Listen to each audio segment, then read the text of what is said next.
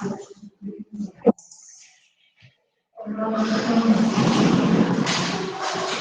afternoon, students. We'll now proceed with our topic on business continuity life cycle.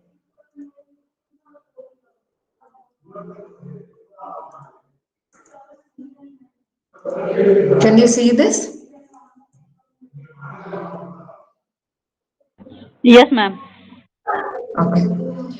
Okay. Now, any business, in order to ensure business continuity, organizations have to continuously be in the process of maintaining this business continuity life cycle. So, business continuity planning must follow a disciplined approach like any other planning process.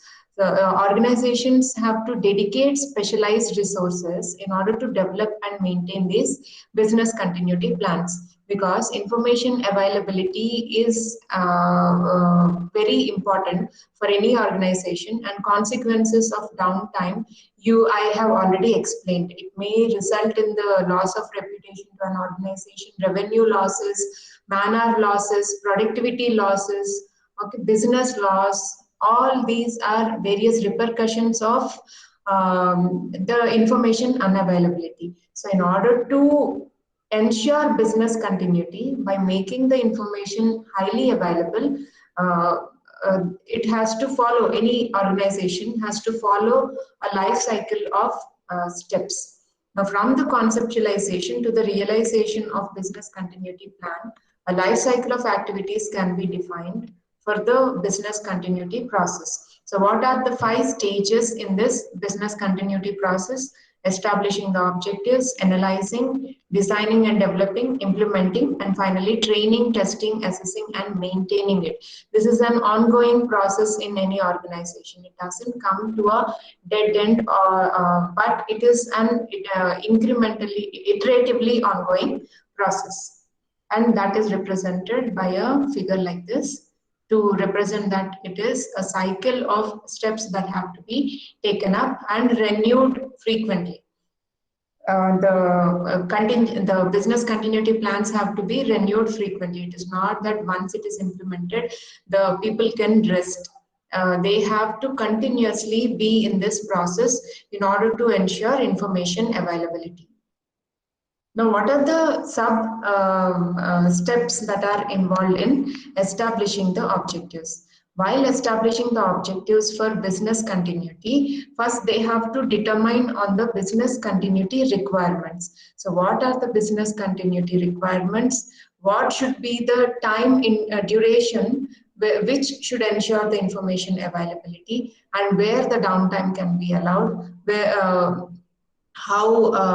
what is the timeliness of the availability of the information. All these have to be determine the business continuity requirements and estimate the scope and budget to achieve the requirements. So they have to see the scope of these requirements, up to what extent they can be covered, and what is the budget that can be allocated to it. Because in order to diagnose automatically, in order to keep human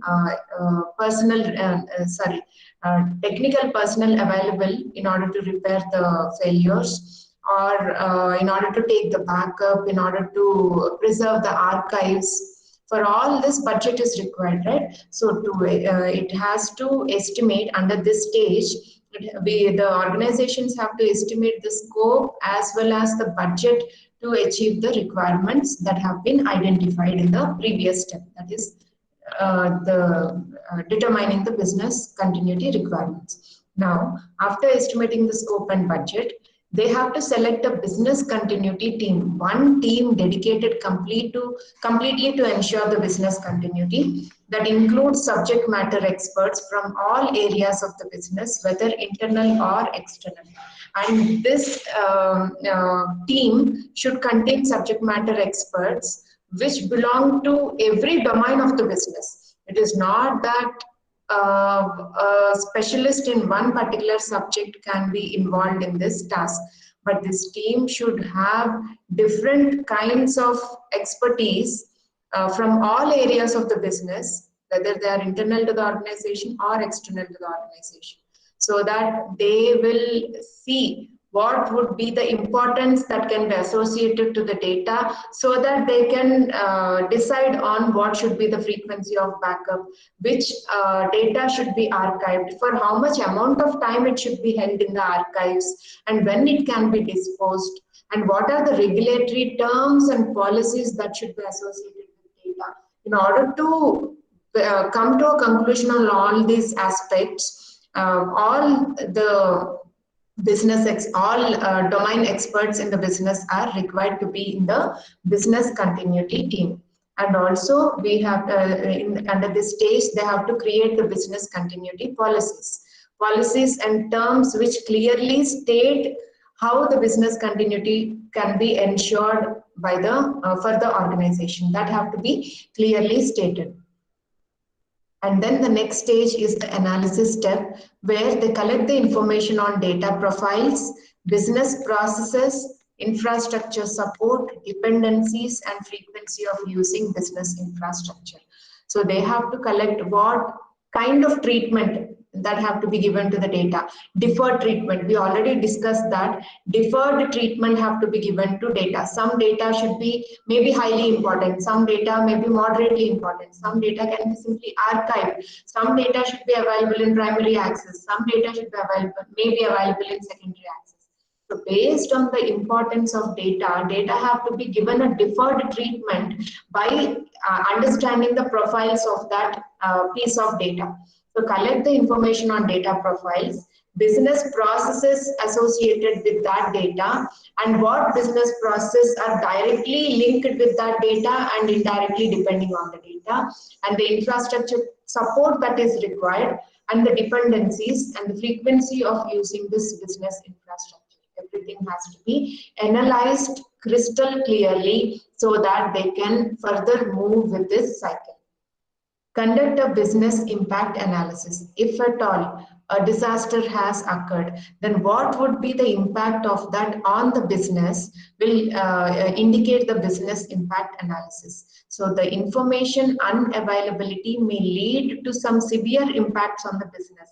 So that kind of business impact analysis have to be conducted, and identify critical business processes and assign recovery priorities. So they have to identify what should be the critical business process, so that for that kind of processes, the recovery point objective can be kept low enough. And for moderately important business process, the RPO, recovery point objective, we have discussed in the morning's class, that can be kept large enough. So based on the importance of the data, based on the frequency of backup that should be taken to the data, all these can be decided. And assign recovery priorities, in what way it has to be recovered, whether it can take some amount of time to recover, or immediately the business transactions have to be recovered, or business operations have to be recovered.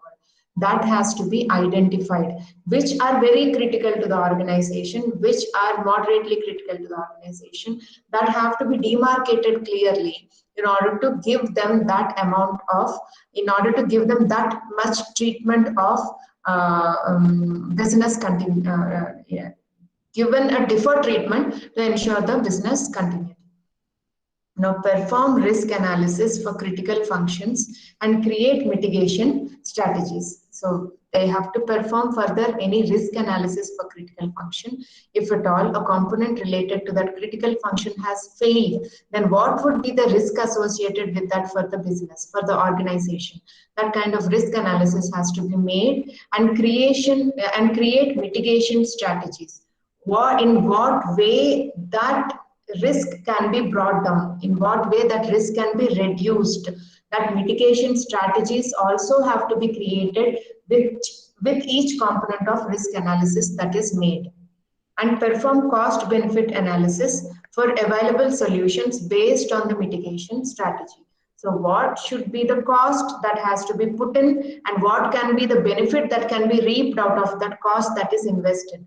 So that cost benefit analysis for the available solutions based on the mitigation strategies have to be performed, so that we will know whether taking up that kind of analysis is really worthy or not with respect to the cost. And evaluate the options. There may be many alternatives, but which alternative would suit the best? That has to be evaluated.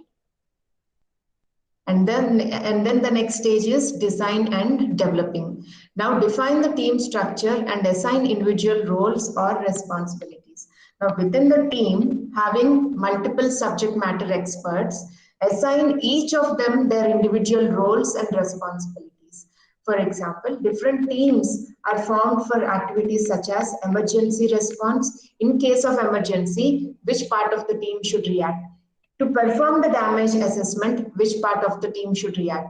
And infrastructure and application recovery, which other part of the team should react immediately? So if there are clear-cut individual roles and responsibilities, then it will be easy for them to respond appropriately within less amount of time. That is why it is very important to structure the team and assign them individual roles and responsibilities. Now, design data protection strategies and develop the infrastructure. So any plans to protect the data, whether it can be mirroring of the data, online synchronizing of the data, asynchronous backing up of the data, which one is suitable for the organization's information availability. That design of data protection strategies and infrastructure required for that have to be developed. And then develop contingency solutions. Contingency means in case the requirement arises, unforeseen requirement arises, then what should be the solutions provided in that case? Means they will consider in this case the extreme cases which may not occur actually, but if at all that extreme case is encountered, then what would be the contingency plan? What would be the emergency plan? That also have to be developed. And develop emergency response procedures. And if at all an emergency arises due to disaster and the site is completely destroyed, then what should be the emergency response procedures in order to restore the business back to operations again, and how quickly it can be done. So that emergency response procedures have to be developed, and detail recovery and restart procedures. And how fast should be the recovery? What should be the restart procedure? To which checkpoint that restoration has to take place to keep the data consistent? All these should be clearly mentioned under this stage of design and development. After this, we can go to the next stage of implementation. In implementation, implement the risk management and mitigation procedures that include backup, replication, and management of resources. So if you know what would be the risk associated with loss of some data, then based on that, you will be able to decide on the recovery point objective. You will be able to decide on the recovery time objective so that the risk can be mitigated as much as possible. So in that cases, in order to implement that strategy, we have to take frequent backups based on the policies that are determined in the previous steps. We have to replicate the data and also manage the resources so that they are optimally utilized. And prepare the disaster recovery sites that can be utilized if a disaster affects the primary data center. So the next stage of implementation is setting up an alternative data center which can be brought into active state if the original data center fails. So this includes preparation of the disaster recovery sites. They may be hot sites, they may be cold sites also. So prepare the disaster recovery sites that can be utilized if a disaster affects the primary data center. Okay, so there should be always an alternative plan in case the primary data center fails. And also implement the redundancy for every resource in a data center to avoid single point of failures. We are going to discuss that in the upcoming topic. A single point of failure means, say, in the architecture, if one component fails, that entire architecture will be collapsed, and that is called as single point of failure. So we have to provide many such components so that though one component fails, the communication can still be routed by the other components. So in this way, implementation of redundancy for every resource in a data center can be done to avoid single point of failures. That should be done under the implementation phase itself. And finally, the train, test, assess, and maintenance phase. In this phase, train the employees who are responsible for backup and replication of business critical data on a regular basis or whenever there is a modification in the business continuity plan. So whenever there is a change in the business continuity plan, immediately the employees have to be trained accordingly, so that because they are responsible for taking the backup and the replication of business critical data, they should know what are the changes that are made to the business continuity plan, so that they can respond accordingly in order to take the backup or in order to replicate the data. Now, train the employees on emergency response procedures when disasters are declared. So always the employees should be trained on how they should respond in case of emergency when the disasters are declared in that particular geographic location of the data center. And train the recovery team on recovery procedures based on contingency scenarios. So if at all an emergency, unforeseen emergency arises, in that case, how the recovery team have to quickly respond and recover the data center so that the business will be back to operation within no time. So in that way, the recovery team have to be trained and perform damage assessment processes and review recovery plans. Every now and then, at frequent intervals, damage assessment have to be performed and recovery plans also have to be reviewed, because the recovery plan that is formulated today may not be suitable as the appropriate plan after 1 year or 2 years. So they have to continuously assess the damage and accordingly review the recovery plans. They have to update the recovery plans according to the changing data center requirements or application or business requirements, and test the business continuity plan regularly to evaluate its performance and identify its limitations. So they have to test the business continuity plans, say every 2 months or every 6 months or annually. They have to test their business continuity plans in order to evaluate its performance and at the same time identify what are its limitations, whether they can be overcome by making some changes in the business continuity plans. That have to be tested frequently, and assess the performance reports and identify the limitations. So what are the current performance reports? See what are the limitations, whether the performance can be increased, at the same time optimizing the resource utilization. That also have to be assessed in order to bring the cost associated with this business continuity planning down. And update the business continuity plans and recovery or restart procedures to reflect regular changes within the data center. So whenever a change happens in the data center, whenever more number of clusters are being deployed, accordingly the business continuity plans also have to be updated so that the recovery and restart procedures have to reflect that change, so that immediately the team can take up that changes that are updated and act accordingly in case of disasters. Now let us go to the next topic of failure analysis. How failure analysis is done by the team to ensure business continuity. A failure analysis involves analyzing both the physical and virtual infrastructure components. So in the data center, physical components may fail, or sometimes virtual components also may fail. Now, once a component fails, if it is disrupting the communication of the entire architecture, then we say that it is being a single point of failure. So such kind of single point of failures have to be avoided. Identify systems that are susceptible to a single point of failure, and implementing fault tolerance mechanisms comes under this stage of failure analysis. They have to implement fault tolerance mechanisms such that no component, no node will serve as a single point of failure. Now, in this case, you can see here a single point of failure refers to the failure of a component that can terminate the availability of the entire system or IT service. Now, in this case, the client over an IP switch is interacting with this server, which further interacts over a fiber channel switch with the storage array. Now say this IP switch has failed.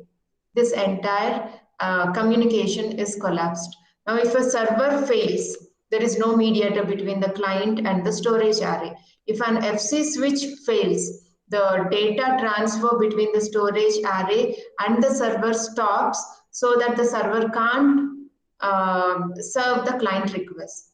Means in this case, IP switch, the server, FC switch, and even the nodes on the storage array also may be single point of failures, which will disrupt the entire architecture and interrupts the communication between the endpoints. These are called as single point of failures. Now, how to resolve the single points of failures? By providing redundant paths, or by providing redundant devices, or by providing redundant port numbers.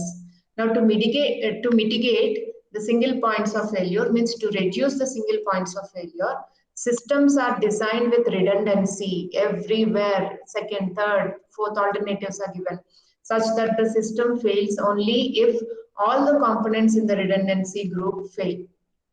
Okay, that is an extreme case. In a redundancy group, all the components will never fail, right? That is very extreme case. But because of providing this redundancy, though one component fails, still the other component will be ready to take up the task without having to pose any interruption in the architecture.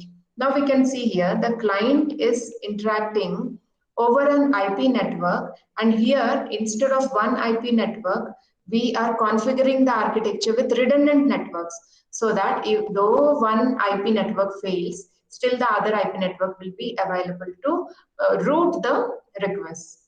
Now, in this case, you can see that network interface cards. You are teaming up the network interface cards such that instead of one card, multiple cards are made available, so that the servers can interact over the cloud with the, over the IP network with the client.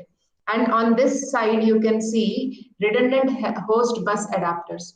These redundant host bus adapters are connected to the storage arrays via FC switches. Now, instead of a single redundant, instead of a single HBAs, if you have redundant HBAs, though one host bus adapter fails, the other host bus adapter will still be there to set up the connection. And on this side, you can see that network interfacing cards are teamed up on the server, any server that are in the network. So these are clustered servers. Did you see? So though one server fails, other server will be available to serve the requests of the client. So here you have redundant IP network. Here you have redundant servers, clustered servers, so that one server fails, the other server will always be available to serve the request of the client. And you can see redundant paths here. This is one path over one FC switch and another path over another FC switch. If this FC switch fails, there is a path available with this FC switch. If this FC switch fails, there is redundant path with this FC switch available. And deploying multiple FC switches, deploying multiple paths that use the FC switches, you can always avoid single point of failures. Now in this case, you can see redundant ports available on the storage array side. Here again, you have redundant arrays also. If one storage array fails, still another storage array will be available to serve the data access requests of the client. And this storage array can be on the present data center, and another storage array can be maintained at a remote site in order to serve the requests of the client in case the primary data center failed. Here, each and every component in the architecture is provided with redundancy, so that even one component fails, the other component will be able to serve the communication, which will help us to avoid single point of failures. But there is still usage of multi-pathing software, because even with multiple paths, to avoid single point of failure, if one path fails, IO does not reroute unless the system recognizes that it has an alternative path. Now, even one path, even this path fails. Consider this path fails. Now, in that case, how would the IO know that there is another alternative path available to perform the communication? IO does not reroute unless the system recognizes that it has an alternative path. For this, multipathing software provides the functionality to recognize and utilize alternative IO paths to data. So multipathing software responsibility is to provide the functionality that can recognize the alternative IO paths that are available to the data and utilize those paths in case one of those paths fail. That is done by the multipathing software. This multipathing software also manages the load balancing by distributing IO to all available active paths. In case all paths are working fine, then the load can be balanced by serving the IO request over all the paths. But still, if one path fails, that communication can be established over the other paths that are active and working. Okay, so the multipathing is useful to perform load balancing and at the same time avoid single point of failures. Now, how business impact analysis is done means what is the impact of information unavailability on a business. In order to analyze that, that process is called as business impact analysis. A business impact analysis identifies which business units, operations, and processes are essential to the survival of the business. In order to keep the business going, in order to not interrupt the business operations, which business units are crucial, which operations are critical, and what are the processes that are important for the business to keep it surviving. Okay, that will be identified under business impact analysis. Now it evaluates the financial, operational, and service impacts of a disruption to essential business processes. So what would be the financial losses? What would be the operational losses? What would be the impact on the service? Those are evaluated under this business impact analysis. Selected functional areas are evaluated to determine resilience of the infrastructure to support information availability. So some functional areas will be selected and they are evaluated to see how strong they can stand in the case of a disaster, how strong they can stand in the case of an adversity. Okay, in negative environments means in case of disasters, how strong these functional areas of the components stand. That will be evaluated to support the information availability. And the business impact analysis process leads to a report detailing the incidents and their impact over the business functions. So what would be the output document of this stage of business impact analysis? The team that is performing business impact analysis will create a report detailing the incidents, what would be the incidents that may lead to failure, and what would be its impact on the business functions. That will be clearly mentioned in the report that is prepared after performing this business impact analysis. Now, the impact may be specified in terms of money or in terms of time.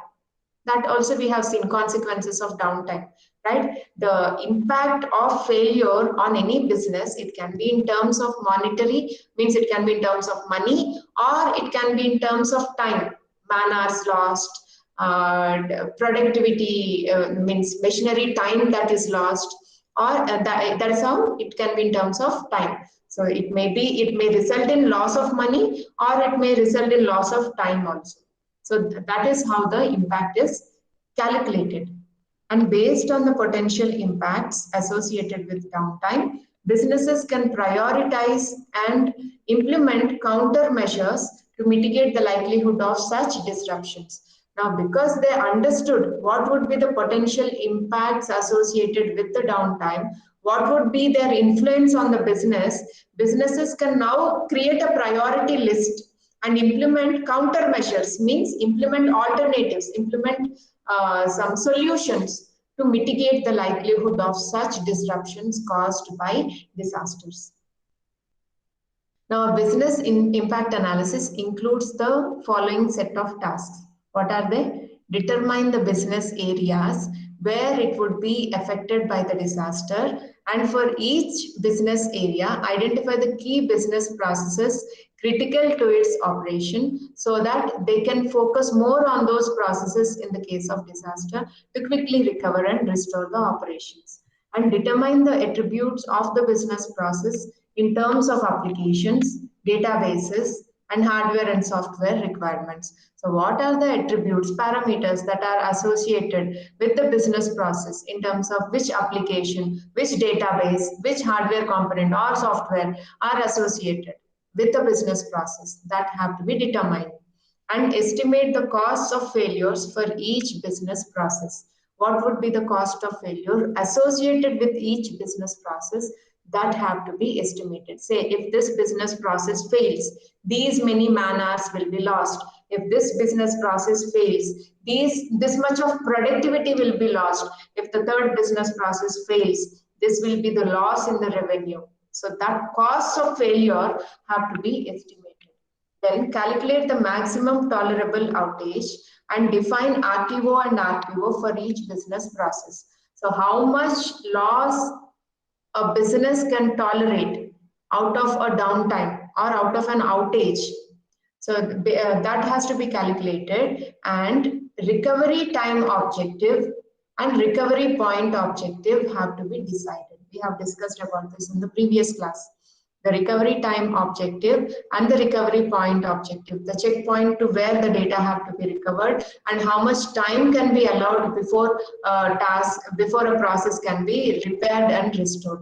That can be decided. RTO and RPO can be decided by calculating the maximum tolerable outage and establish the minimum resources required for the operation of business process. See what would be the minimum resources that are required to keep the operations in flow without having any interruption. That have to be established, and determine recovery strategies and the cost for implementing them. What would be the recovery strategy? Whether to take a backup, whether to take an incremental backup, whether to take a complete backup. I'll show you what are the kinds of backup.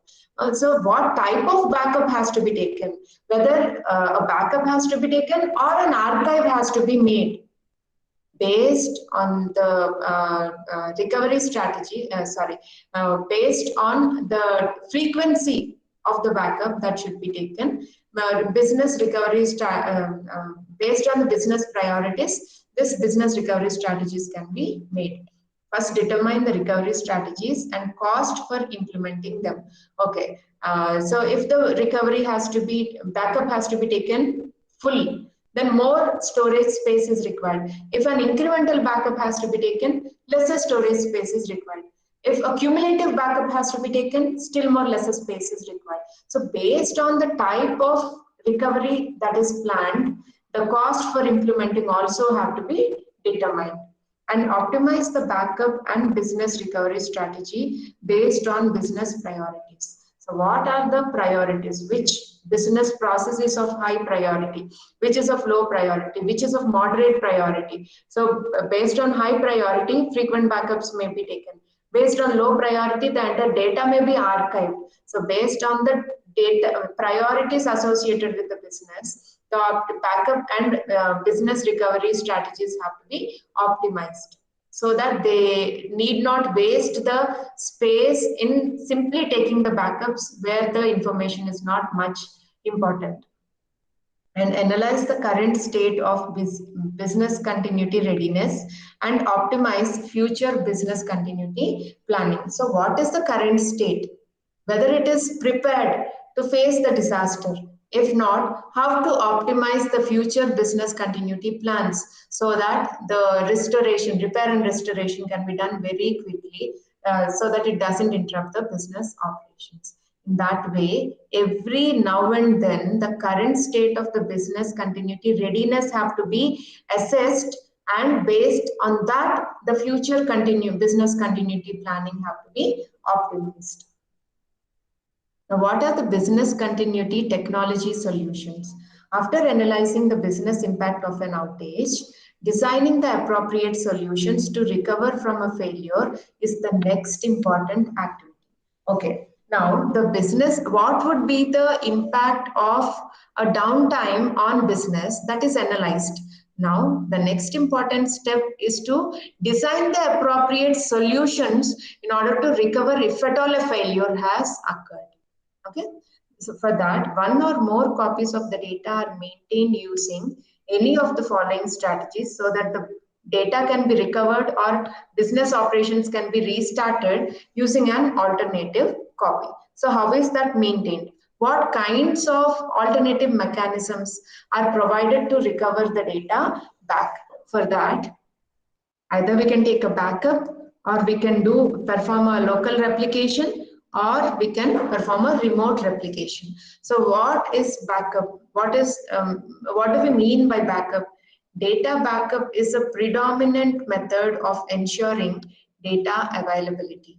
And the frequency of backup is determined based on recovery point objective, recovery time objective, and the frequency of data changes. So how frequently the data is being updated, how frequently new data is being generated, and what would be the recovery point objective, means up to what extent a business can afford the data loss, and how much time it can endure before a failed component is restored. So that all these terms will decide the frequency with which a backup can be taken. So in order to ensure the data availability, one of the strategies is taking a backup. Now another plan is to take a perform a local replication. In this case, data can be replicated to a separate location within the same storage array. So in the storage array, you have lots of disks, right? So one data stored on one disk can be replicated to a separate location within the same storage array. That is called as local replication. Now the replica is used independently for other business operations.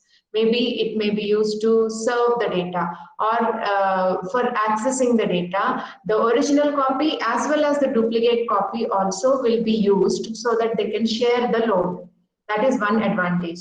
And replicas can also be used for restoring operations if data corruption occurs. So if this disk has failed in the storage array, still the replica is available on another disk in the same storage array to restore the operations with that data that has failed on this disk. This is called as local replication. Now, what about remote replication? Data in a storage array can be replicated to another storage array located either on the same site or at a remote site.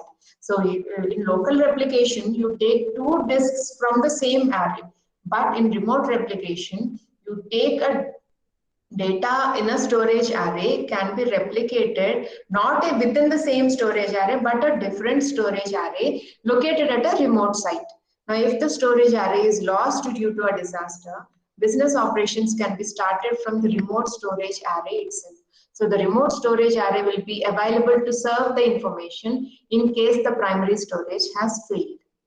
This is called as remote replication. So these three are the main alternatives in order to restore the data in case of a disaster. Now let us go to next topic, backup and archives.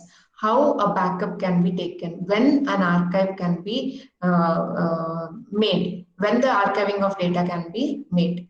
So you have to understand the importance of the data. Based on the importance of the data, either you can backup it, or if it is not too important, you can archive and keep it so that you can access that archive data whenever the requirement arises. So a backup is an additional copy of production data. Remember this is very important. A backup is not a screenshot. A backup is not an archive. A backup is an additional copy of production data created and retained for the sole purpose of recovering lost or corrupted data. Backup itself will indicate the purpose of that term, why we are taking the backup. A backup is an additional copy of production data created and retained for the sole purpose of recovering lost or corrupted data. Now, evaluating the various backup methods along with their recovery considerations and retention requirements is an essential step to implement a successful backup and recovery plan. So, what are the backup methods that can be followed? And what are the recovery considerations? What are the retention requirements? Retention means keeping the data safely. For how long? That is called as the retention duration. So that retention requirements, all these have to be carefully considered in order to implement a successful backup and recovery plan. Now, data archiving is another term, which is a process of moving data that is no longer actively used from primary storage to a low-cost secondary storage. What is the use of it? Why don't you take backup of the data? Why you have to create archive of the data? In order to create a backup of the data that can be archived, lot of storage space will be wasted because the data that can be archived is no longer actively used. It is no longer actively accessed. In such cases, why to waste primary storage to take the backup of the data? Just archive it on a low cost secondary storage so that it can be accessed whenever it is required. But until then, it can be kept, until then it can be archived and kept safely in on a remote site. Okay, so data archiving is the process of moving the data that is no longer actively used from primary storage to a low cost secondary storage. So backup and archives both are entirely different. Backup is generally taken from the operational data which is being currently accessed actively, but archive is made from the data that is no longer actively used. In order to reduce the cost of backup, we can take archive with passive data. Now, what are the backup purposes? Why do we need to take the backup? Backups are performed to serve three purposes: disaster recovery, operational recovery, and archival. In the case of disaster, say a data center has failed, then the backup available at the remote site can be immediately accessed in order to restore the business operations without any much interruption. Okay, that is the purpose of taking a backup in the case of disaster. In the case of disaster, the recovery can be faster from an alternative remote site where the backup copy has been stored. But when we take operational recovery, say during the operations, due to some mistakes, manual mistakes, human mistakes, the data may be corrupted or the data may be lost. Then immediately that data has to be available again as a backup that we call as operational recovery. For example, when we are working with our email, say some email is accidentally deleted, then immediately that backup will be available for us in the deleted folder, right? So that is called as operational recovery. Whereas archival recovery, not archival recovery, it is just archival. So the backup is sometimes created for archival purpose also. So all the data that is generated so far and not being frequently accessed can be kept archived by taking the entire backup at a time. So that whenever you want access to the data, you can retrieve and use it.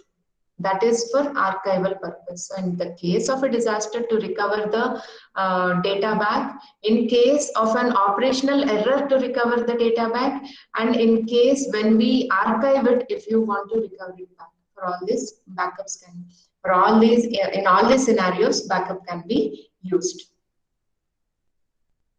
Now, what are the backup considerations? What parameters have to be considered while taking a backup? The amount of data loss and downtime that a business can endure in terms of RPO, which mentions the amount of data loss that a business can afford, and downtime, the outage time that a business can afford, represented as RTO. These are the two main considerations in selecting and implementing a specific backup strategy. And another consideration is the retention period, which defines the duration for which a business needs to retain the backup copies. So when the backup is taken, for how long it has to be kept? Say, in case no failure arises, the organization have been taking backup for every 1 year. Every 1 year's data has been backed up and kept at a site safely. Now, 100 years, the business has crossed 100 years of operation. And can you store 100 years old data still? What should be the retention period? That will be decided by the business policies. So for insurance companies, the retention period for any backup may be 10 years. For a car for a car marketing organization, the customer data can be retained for 5 years. Like that, for every business, there may be some policies associated with it, which will decide on the retention period. So this is another important consideration, which defines the duration for which a business needs to retain the backup copies. And the backup media type or backup target is also another consideration. Whether to use a magnetic tape or a magnetic disc, or whether to use an optical disc, optical medium to save the data, to save the backup, which is more appropriate. If quick restoration is required, then better to save the backup on a disk. If delayed restoration is allowed for a business in case of a disaster, then they can go for magnetic tapes and drives to store the backup copy. That is how backup media type or backup target also can decide about what kind, about the storage medium where the backup has to be taken. Now, organizations must also consider the granularity of the backup. So how frequently the backup can be taken, whether it should be taken daily or on a weekly basis or on a monthly basis, what should be the frequency of the backup? That also should be considered. And the development of a backup strategy must include a decision about the most appropriate time for performing a backup to minimize the disruption to production operations. So when should the backup be taken? Generally in banks, you have the working hours between 10 and 4. Now, if an organization tends to take the backup in that time, it will disrupt the business operations. So somewhere around the midnight, where the transactions would be almost zero, that time if they take the backup, that will minimize the disruption caused to the production operations.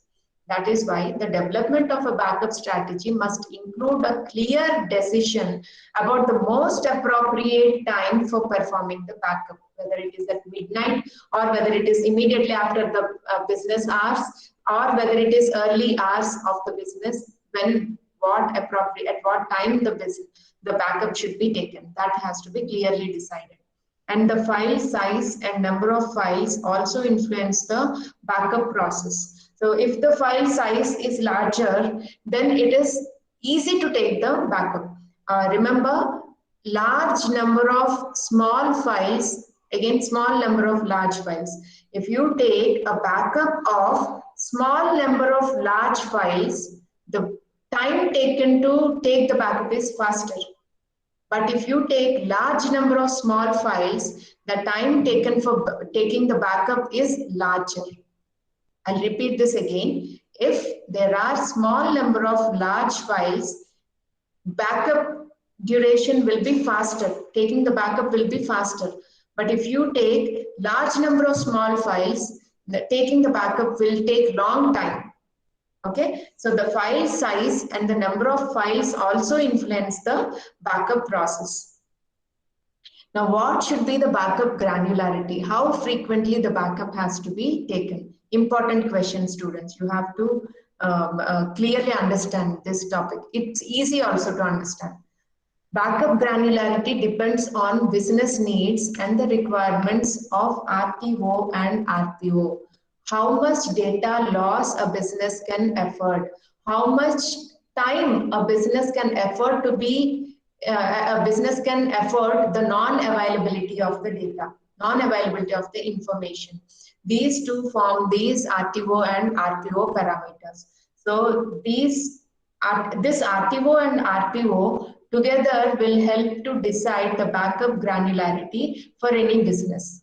Now, based on the granularity, backups can be categorized as full backup, incremental backup, and cumulative, also called as differential backup. So the types of granularity, based on the granularity, the backup, types of backup. Based on the granularity, backups can be categorized as full backup, incremental backup, and cumulative backup. Now, most organizations use a combination of these three backup types to meet their backup and recovery requirements. I'll explain you in a short while how exactly these backup mechanisms work. Okay, but organizations do not rely on one type of this backup granularity. They use all these together as a combination in order to meet their backup and recovery requirements.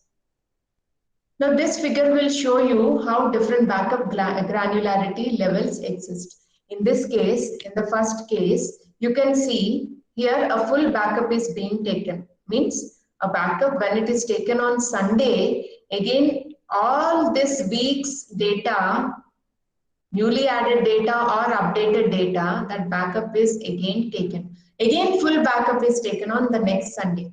Again, after a week, full backup of the so far existing data is taken. After a week, again, the data backup is taken. This is called as full backup. In this case, entire data associated with the organization is taken as the backup. Okay, so this will preserve the entire organization's data, but it can't, but it can afford losing the data up to 1 week. Okay, so the recovery point objective here is 1 week.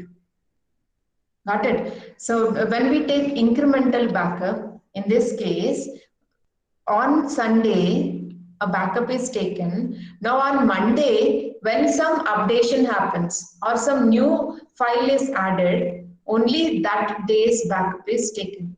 Now on Tuesday, another file is added, that day's backup is taken. Wednesday, that day's backup is taken. Thursday, that day's backup is taken. Friday, Saturday, that day's backup is taken. And again on Sunday, full backup is taken. This is called as incremental backup. I'll explain you more clearly with another diagram. That time it will be easy to understand. And cumulative backup here, in this case, once the full backup is taken, on Monday any changes made, that backup is taken.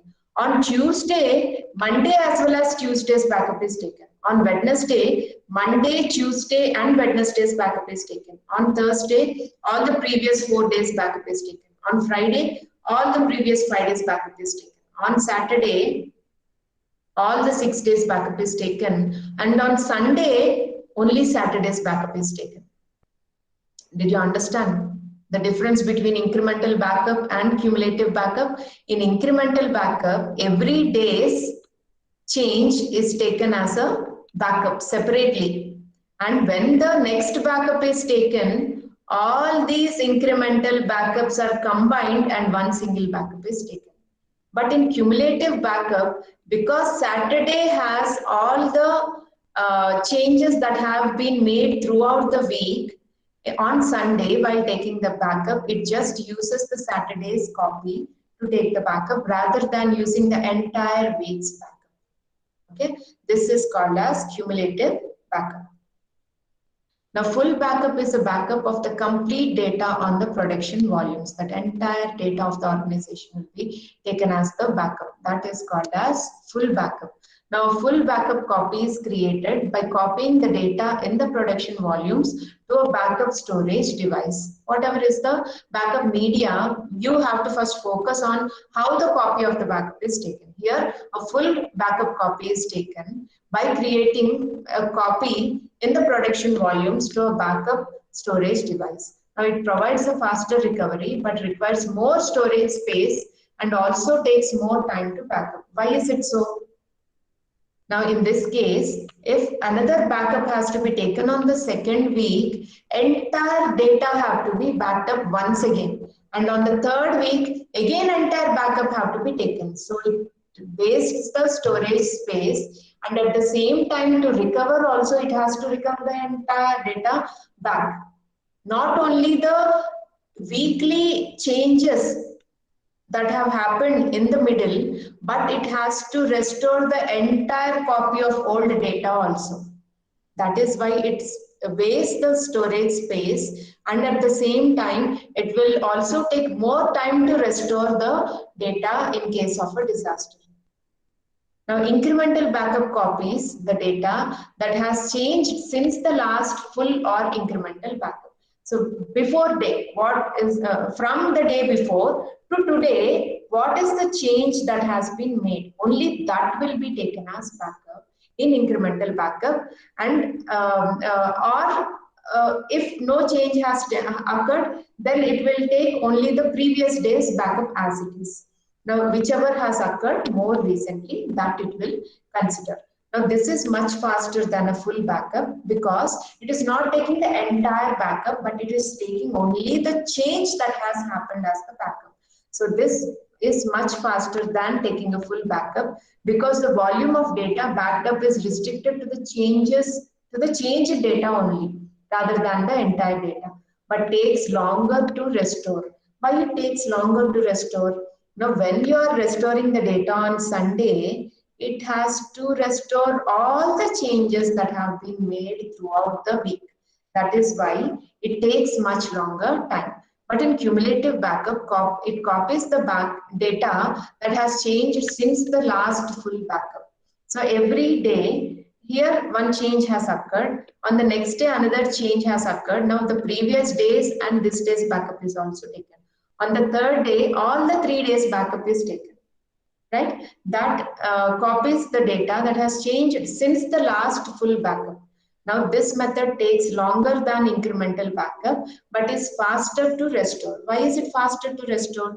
Now, when some failure occurs on Sunday, rather than restoring the entire copy or rather than restoring the weekly updations, it can take just the Saturday's data, which is a cumulative backup of the entire week's backup, that can be restored.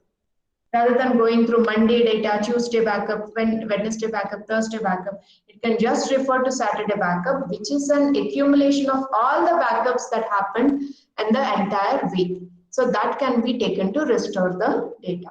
So it is much faster, but it utilizes some extra space when compared to incremental backup. Now see this figure will make you understand this concept better. Now this figure tells you about restoring from an incremental backup. Now see, on Monday, full backup is taken of files 1, 2 and 3. Now on Tuesday, file 4 has been added to the repository. Now an incremental backup is taken only for file 4. File 1, 2, 3 are not touched because they are not modified, right? Only a new file 4 has been added. So an incremental backup of file 4 only is taken because already 3 files backup is available as a full backup on Monday. So a new file added, that incremental backup is taken on Tuesday. Now on Wednesday, file 3 has been updated. So only that updations backup is taken on Wednesday. Again, a file 5 is added on Thursday. Now only that file's backup is taken on Thursday. Now a failure has occurred on Friday. A system failure or data has been corrupted on Friday. Now, if you want to take the backup since the full backup, means after taking the full backup, now what are the changes that have been made to the repository? Adding file 4, updating file 3 and adding file 5, right? So all this week's backup has to be taken in order to restore when a failure occurred on Friday, so that it will have all files 1, 2 and 3. It will have file 4 on Tuesday, file 3 updated on Wednesday, file 5 added on Thursday. All this data will be available to restore the operations, though it has failed on Friday. Okay, but how is it different from full backup? In full backup, You take the full backup on Monday, then you don't take any backup on Tuesday, Wednesday, Thursday, and Friday the system failure occurred. Then you will lose Tuesday's data, Wednesday's data, and Thursday's data. But if you want to take full backup on every single day, then you take a full backup on Monday, you take full backup on Tuesday along with file 4, updations made to file 3, you take a full backup on Wednesday, you take full backup on Thursday. Then what is the drawback of this mechanism? In this case, restoration can be done. No data will be lost. But in order to always take the full backup, storage space is wasted, and at the same time, when the data has to be restored, already file 1, 2, 3 are available in the last backup, but still all these are again available as a full backup on Thursday also. So when you are restoring the file on Friday, the backup of file 1, 2, 3, 4 and 5 all have to be restored. So it takes long time for restoration, and at the same time it consumes lot of storage space in full backup. So in incremental backup, though you are incrementally taking the backup on Friday, rather than taking this full backup is already available. So it takes just the backup of Tuesday, Wednesday and Thursday to restore the data back. Now, how is it different from cumulative backup? In cumulative backup, you can see that full backup is taken on Monday, and when file 4 is added on Tuesday to the repository, a cumulative backup is taken only because only file 4 got updated, only that file's backup is taken. Now Wednesday, file 5 is also updated. So it doesn't take only file 5's backup. Like in incremental backup, it takes file 4 as well as file 5 backup. Means it will now have Wednesday's backup will now have Tuesday's backup and Wednesday's backup together. And Thursday, it will have Tuesday, Wednesday and Thursday's modifications all together as a cumulative backup. Now, when a failure occurs on Friday, what will happen? In this case, it is enough to restore just the Thursday's backup, because Thursday's backup has the file 4 and 5 on, the Thursday's backup has file 4 as well as file 5. So it is enough to restore only Thursday's backup. So when you take with respect to storage, though it is utilizing more storage space for the cumulative backup, still the restoration will be much faster because it is taking a single day's backup to restore the data on Friday rather than taking the week-long backup. That is the advantage of cumulative backup. Every kind of backup granularity has its own advantages and disadvantages based on the application in I/O performance. Means how much the data is being generated and how much data has to be backed up. That will decide on the pros and cons of each of these backups. Now, what are the recovery considerations? While recovering, what should be the considerations that have to be made? Retention period have to be considered, RPO and RTO have to be considered. Retention period means for how long the data have to be retained with an organization in the backup. Now, if you have some data that can be archived, still kept in the primary memory, then while taking that backup, always you will have huge amount of data. Say some 100 bytes of data, 100 GB of data is frequently accessed data, and 50 GB of data is not frequently accessed. Now, if you take only 100 GB data backup and archive this 50 GB data, then always taking backup of 100 GB data will be easy for us. It will not waste much memory space.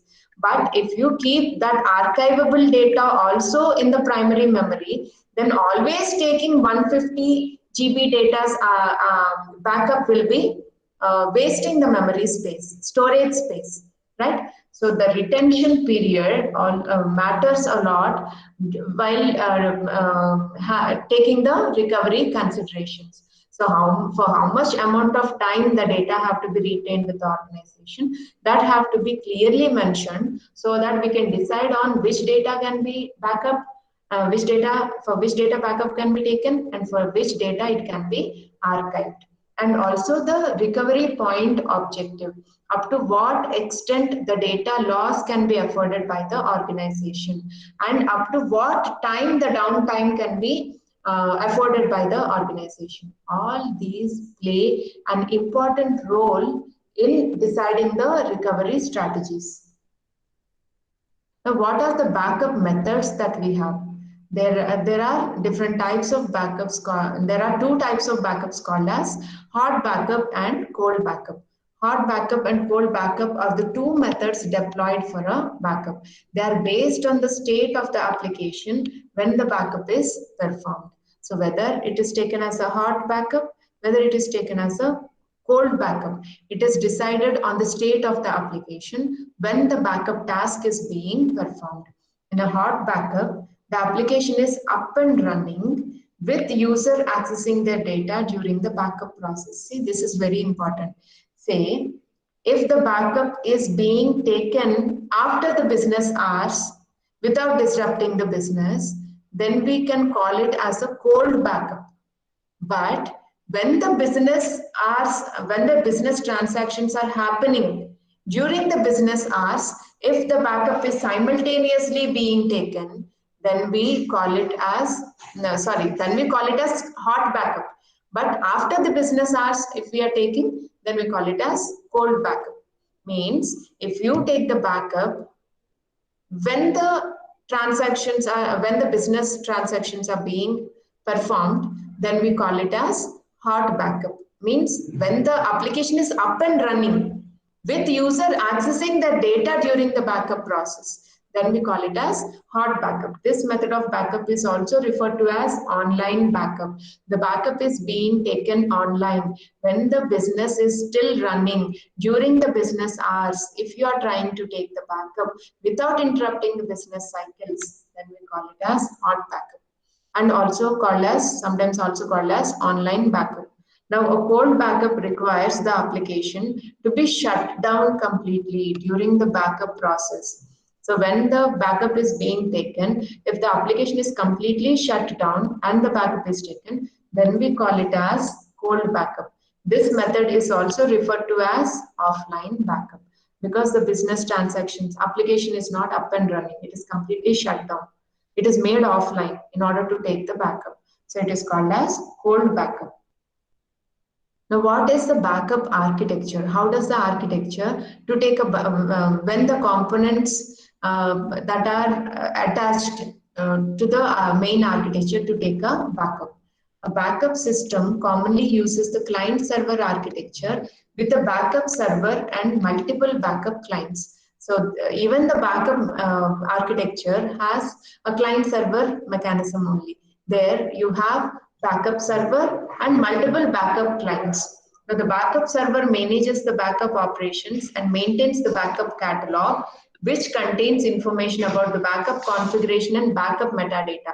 So when is the backup taken and when is the backup last modified? When is what is the time of the backup that is taken? All this information, the metadata and the configuration of the backup, all these will be managed along with the backup catalog by the backup server. And backup configuration contains information about when to run the backups, at what frequent intervals the backup has to be run, which client data to be backed up, and so on. And the backup metadata contains information about the backed up data, right? So the backup configurations will involve when all the backup has to be taken, which client data has to be backed up. All this falls under backup configuration, whereas the information about the backed up data will fall under backup metadata. So there will be two components that are maintained by the backup server. What are the two components? The backup configuration and the backup metadata, right? So what data have to be backed up and how frequently it has to be backed up, that will be given in the backup configuration. And the data about the backed up data, that will be kept in the backup metadata.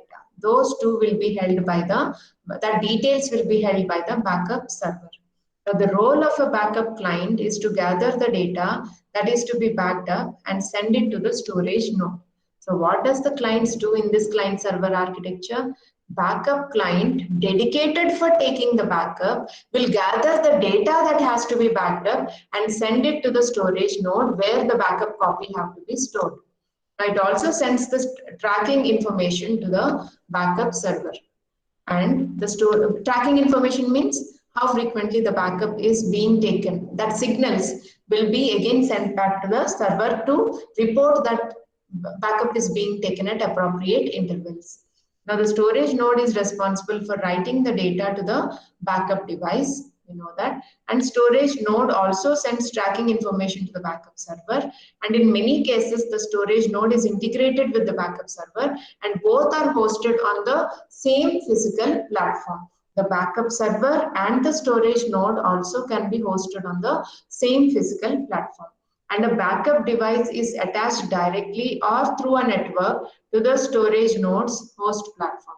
So it can be a direct attached storage or it can be a storage that is attached over a network. Now, some backup architecture refers to the storage node as the media server because it manages the storage device. So in backup architectures, if they call it as storage node, it is the media, it is same as the media server because it manages the storage device to store the backup copies.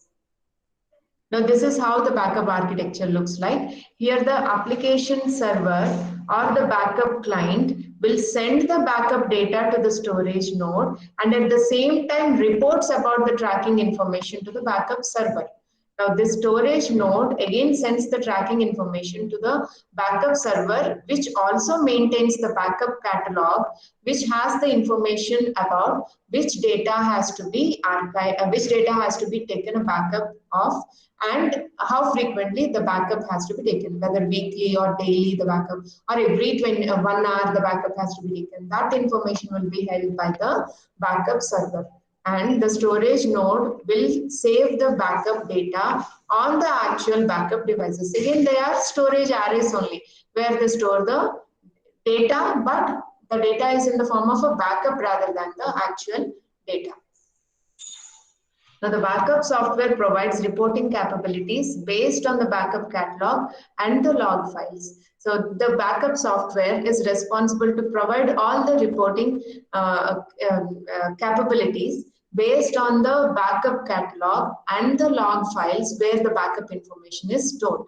Now, these reports include information such as the amount of data that is backed up, the volume of data that is backed up, the number of completed and incomplete backups that are taking place, and the types of errors that might have occurred while taking the backup. All these will be kept in the log files for preparing the reports. The reports can be customized depending on the specific backup software that is used. Based on the software, you can also customize the backup information that is being taken.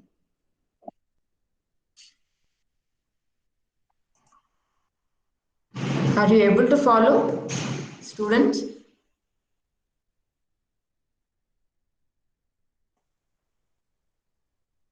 Hope nobody is sleeping in the class. No, ma'am. Yeah. No, ma'am. So it's easy to understand, right? All are straightforward topics. Yes, ma'am. So in this chapter, backup granularity is very, very important. How the backup is taken as a full backup, incremental backup, cumulative backup, that is very important. And that is decided on RPO, based on RPO and RTO parameters. Okay, just go through the concepts once. I have quickly gone through all the concepts. So once again, if you go through the textbook, it will be easy for you to retain the understanding that you got in the during the class. Okay, see you in the next class.